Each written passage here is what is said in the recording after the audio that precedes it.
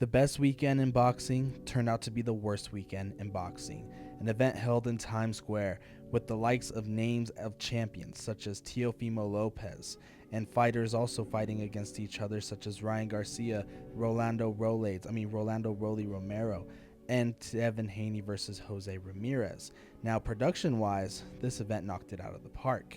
You had guys pulling up in police cars, pulling up on taxi cabs, pulling up in trucks, pulling up in Bentleys, pulling up in Maseratis, pulling up in G-Wagons. I mean, the production for this was really great. However, it priced out the actual fans. It priced out everybody that wanted to be there, the real fans. More on that later. But you had Ryan Garcia pulling up in a Batmobile. That was actually pretty cool to see. He pulled up in his 6'4". I was actually concerned about where the fighters would get their hands wrapped and warmed up. Turns out it was in a hotel down the street from where Times Square was.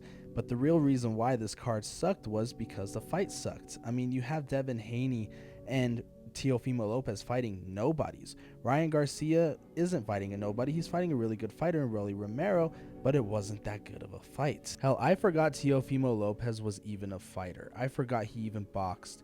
And I think this was his first fight in a few years. I don't know, but he used to be a big star. Now he's not so much anymore. And the highlight of the night was when Ryan Garcia got dropped by Rolly Romero. And this fight, like Ryan said, felt like a giant sparring session, unlike anything he's ever fought in before. Yeah, the atmosphere was very, very different. Don't even get me started on Devin Haney. That man is the softest Charmin tissue.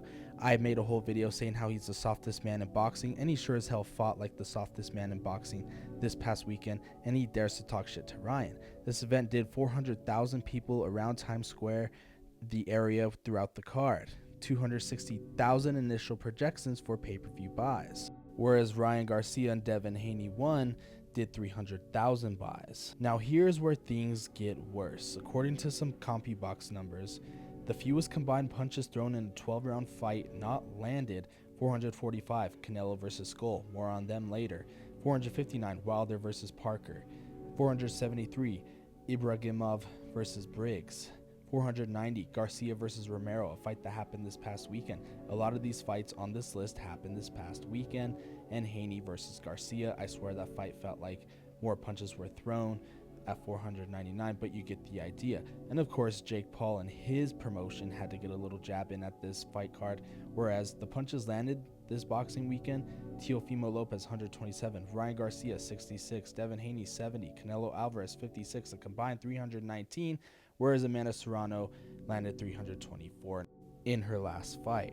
And yes, to sum up the Canelo fight and to not talk about it fully, the fight was absolutely horrible. It was a fight that nobody wanted to see because we all know who we wanted to see Canelo fight, and it turned out to be one of the worst fights anyone has ever seen, especially in the year 2025, and it was a big black eye, no pun intended. So with Dana White taking over as one of the primary promoters for TKO Boxing, sponsored by Turki Al-Sheikh, His Excellency, he is set to bring over this quote-unquote UFC type of energy to the sport of boxing that boxing has never had in its 100+ year existence.